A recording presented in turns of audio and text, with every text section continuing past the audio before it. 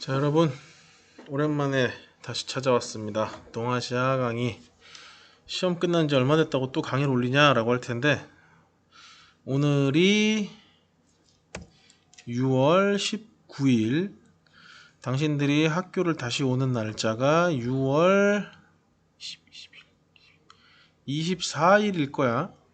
그러고 나서 6월 달이 끝나고요. 7월이 5주 정도 있습니다. 손가락 세워보시면 알겠지. 그리고 8월 첫째 주가 시험이야. 그러니까 우리는 온라인 클래스 이거 이번 주 거 빼면은 시험이 한 6주 남았어요. 6주.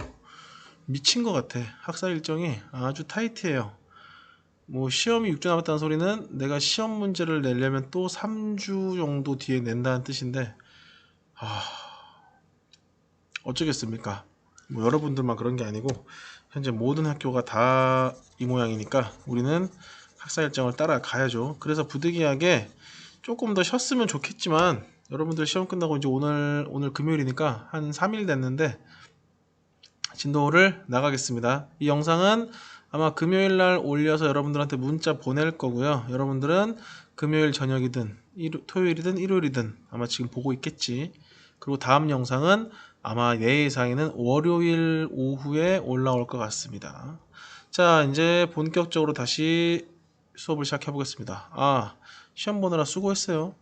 뭐 점수가 몇 점인지는 중요하겠지만, 뭐 그것보다도 일단 시험을 완주했다는 거에 대해서 의의를 크게 가지시고, 못 본 친구들은 좀 더 잘 보면 되고, 잘 본 친구들은 더 잘 보면 되고, 또 좀 못 보면 어떠냐. 나 근데 카메라 안 켰네.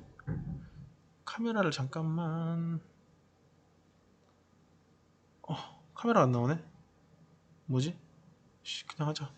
자, 다음 페이지 넘어가면요, 요게 나옵니다. 우리가 1차 지필평가에 했던 범위가 하상주, 춘추전국, 진, 한, 위진남북조, 수, 당까지 했어요. 여기 보면은 아주 디테일하게 이렇게 남아있는데, 당 끝까지는 안 하고요. 당이 조공책봉 관계를 만들어서 동아시아의 대장이 우두머리가 되었다라는 내용까지 했거든. 그래서 그 다음 파트가 이제 몇 차야? 2차 지필평가 시험 문제야. 시험 범위야. 당나라가 전성기를 찍었으니 이제 당나라는 뭐 할 일만 남았어? 내려갈 일만 남았겠죠. 그래서 2차 지필평가 시험 범위는 당나라가 쇠퇴하는 과정부터 시작을 합니다. 그래서 당나라가 무너지고 5대 10국이라는 시기가 만들어지는 것부터, 이 5대 10국은 마치 춘추 전국 시대랑 비슷해요. 중국은 좀 특이해서, 주나라가 등장하고 나서 한번 위기를 겪죠. 갈라진단 말이야. 그 다음 진나라가 등장을 하거든.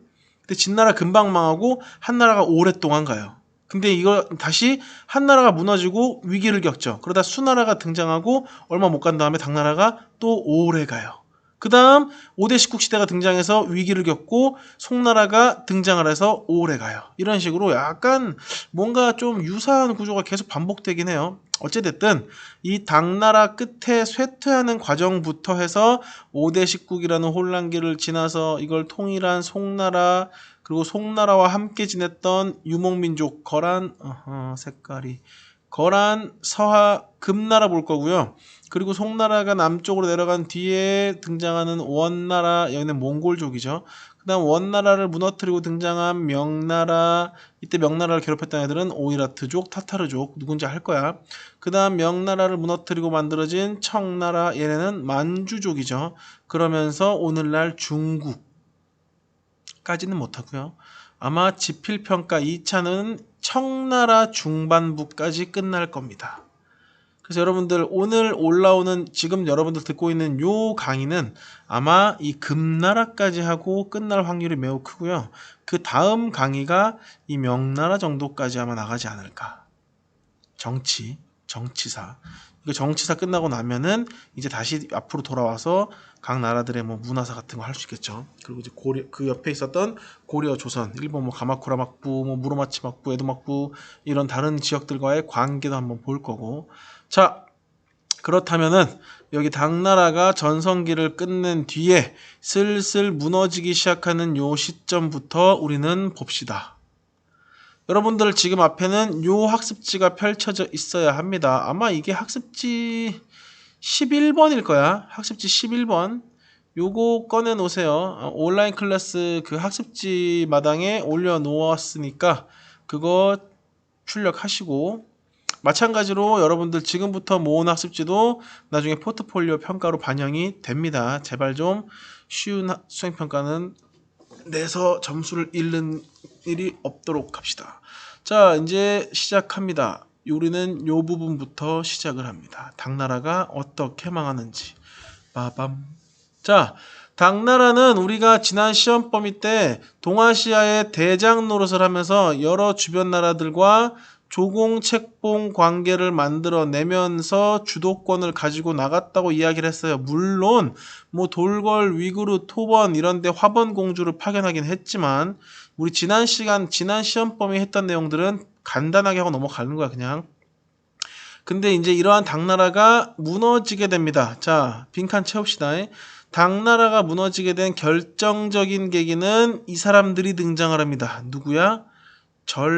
절도사들이 등장을 합니다. 자, 이게 어떤 개념이냐면 얘들아, 당나라는 우리가 율령체제가 완성되었다라고 할 때 당나라가 이 율령체제가 어떤 구조였냐면 백성들한테 토지를 주죠. 균전제.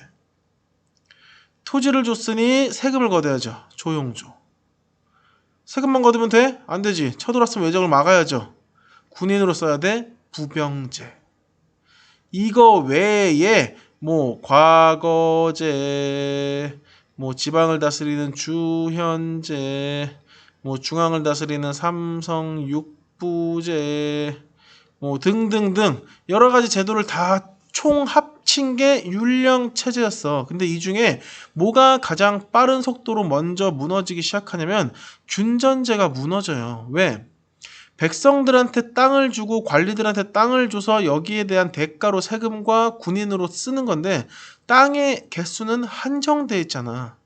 근데 땅을 받아야 하는 사람들의 수는 점점 늘어난단 말이야. 인구가 늘고. 그리고 땅을 한번 가진 사람들은 내놓을까 안 내놓을까? 안 내놔요. 자식들에게 물려주겠지. 그럼 또 누군가의 땅을 줄 때는 다른 땅을 떼줘야 되고. 그러면서 토지가 부족해지니까 농민들에게 줄 땅이 줄어들죠. 그럼 당연히 땅을 적게 받은 농민들은 세금을 내기 쉬울까 어려울까? 어렵겠지. 세금 제도가 운영이 잘 안 되기 시작해. 그러면 세금뿐만이 아니고 땅을 받지 못했어. 아니면 땅을 적게 받았어. 그러면 군인으로 쓸 수 있어 없어? 없어요. 생산력이 안 되는데 어떻게 군인으로 쓰냐. 부병제가 흔들리기 시작해.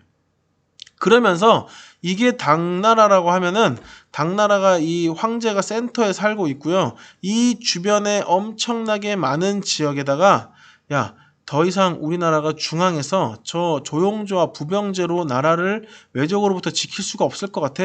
여기에 엄청나게 많은 지역에 살고 있는 쉽게 얘기해서 이 지역을 대표하는 어떤 대표에게 모든 권력을 다 위임해서 여기를 지키도록 만드는 거예요. 물론 정확히 말하면은 이건 정정할게요. 또 나중에 딴 말 할라. 모든 권력이 아니고 가장 중요한 뭘 줘요? 군권을 줘요.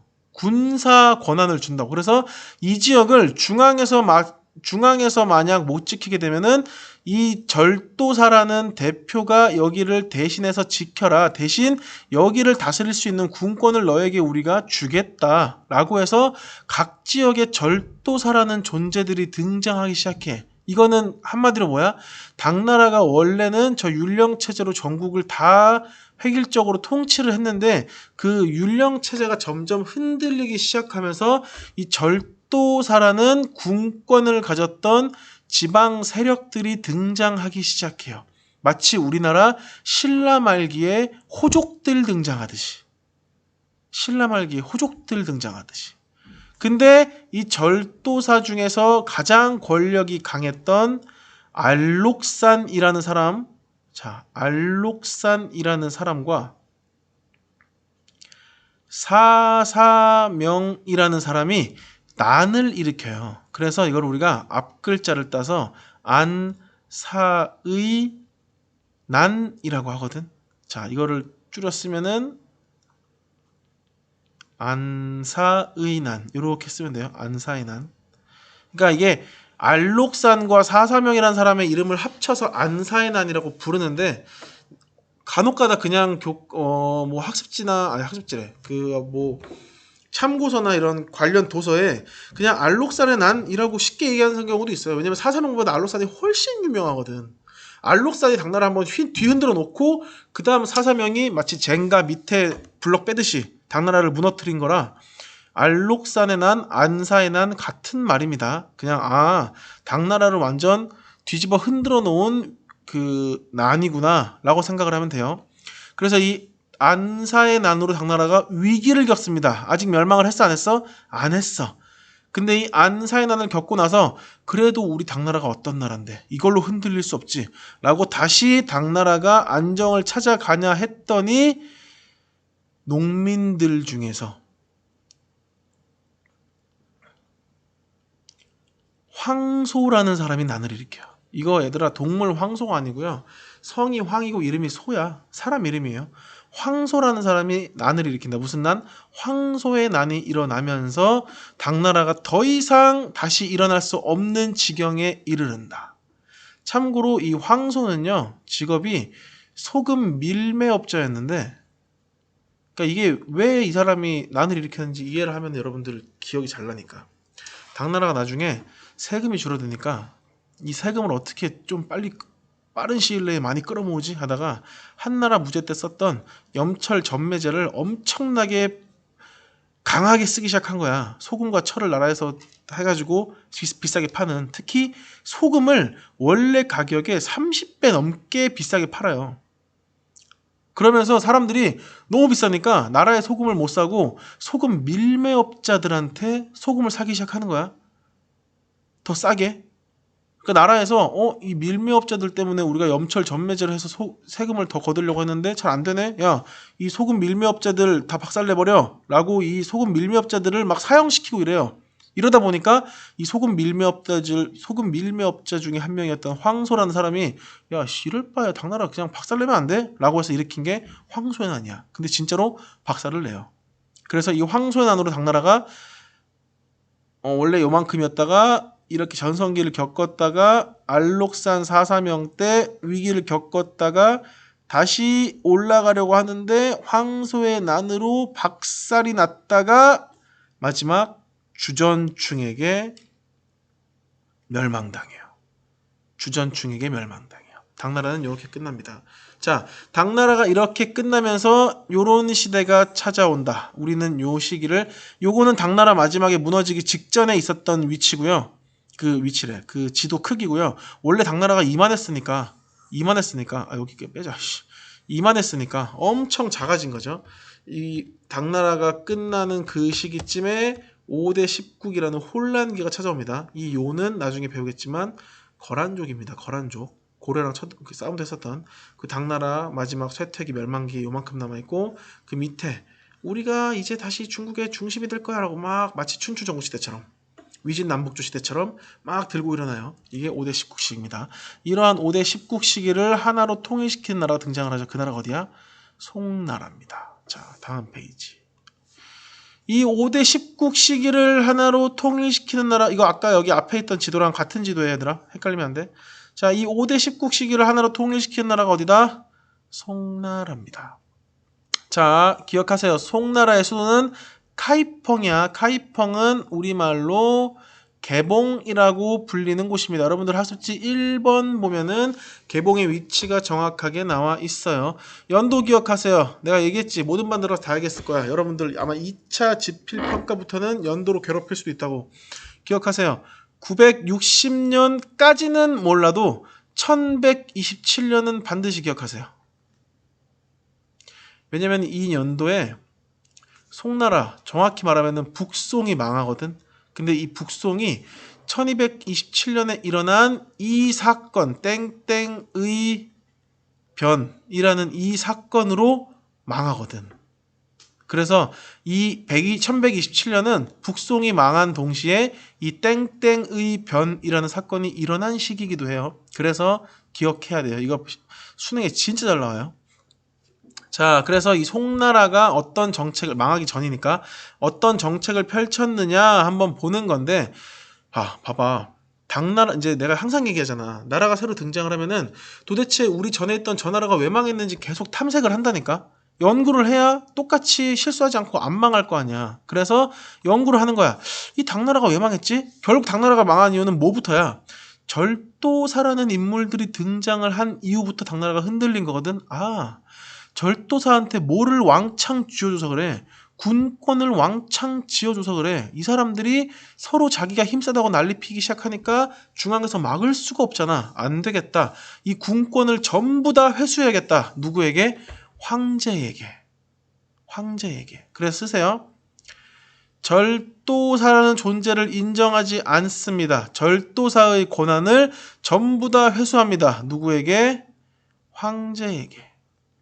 그 말은 다시 얘기해서 모든 군권은 누가 가진다는 거야? 모든 군권은 황제가 가집니다. 앞으로는 어떠한 절도사도 황제의 허락 없이는 군대를 이용할 수 없어요. 훈련조차 못해요. 쳐들어가는 거 막는 건 당연히 못하고, 막는 건 하겠지. 쳐들어가는 건 당연히 못하고요. 훈련조차 못해요. 황제의 명령이 없으면 절대 군인들을 인정하지 않겠다는 거야. 그리고 이 군인들에게, 그 절도사들에게 군권을 빼앗는 정도로 그치지 않고요. 아예 그냥 관리들 중에는 힘을 쓰기 좋아하는 무신이 있고 창 쓰는 책 읽기 좋아하는 문신이 있을 거 아니야. 근데 깨달은 거야. 이 무신들에게 칼을 쥐어주니까 나라가 개판 났어. 당나라 그래서 망했어. 그래서 우리는 지금부터 누구를 완전히 무시할 거야. 무신들을 무시할 거야. 라임 보소. 이 무신들을 완전히 무시하고 누구만 우대할 거야. 문신만 우대할 거야. 이거 우리나라 어느 나라랑 비슷하지 않니? 우리나라가 무신 무시하고 문신만 엄청 우쭈쭈 빨아주다가 결국 무신들이 난을 일으키잖아. 무신정변. 그게 무슨 시대게? 고려시대야.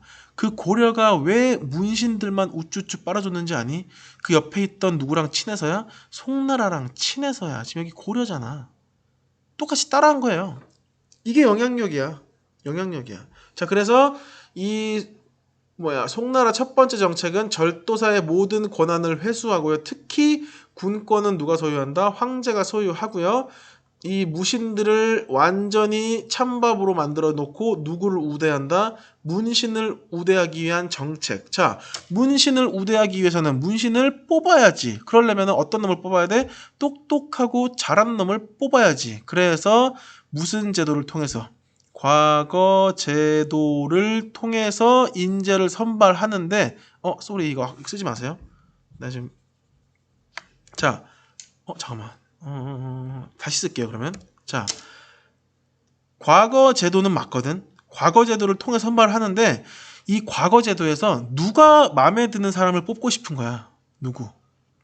황제가 마음에 드는 사람을 뽑고 싶은 거야. 그래서 어떻게 선발하냐면 여기 100명이 있어. 사람이라고 칠게. 이렇게 많아. 100명 중에서 1차 시험을 봐. 그래서 50명을 선발했어. 답 잘 쓴 놈들로. 자, 이 중에서 2차 시험을 봤어. 20명을 선발했어. 자, 이제 20명을 통해서 마지막 3차 시험을 통해 10명을 선발하고 싶어. 자, 이 3차 시험을 누가 낼까? 황제가 내요. 황제가 내가 물어보고 싶은 걸 물어보고 내가 원하는 답변을 한 사람만 뽑아요.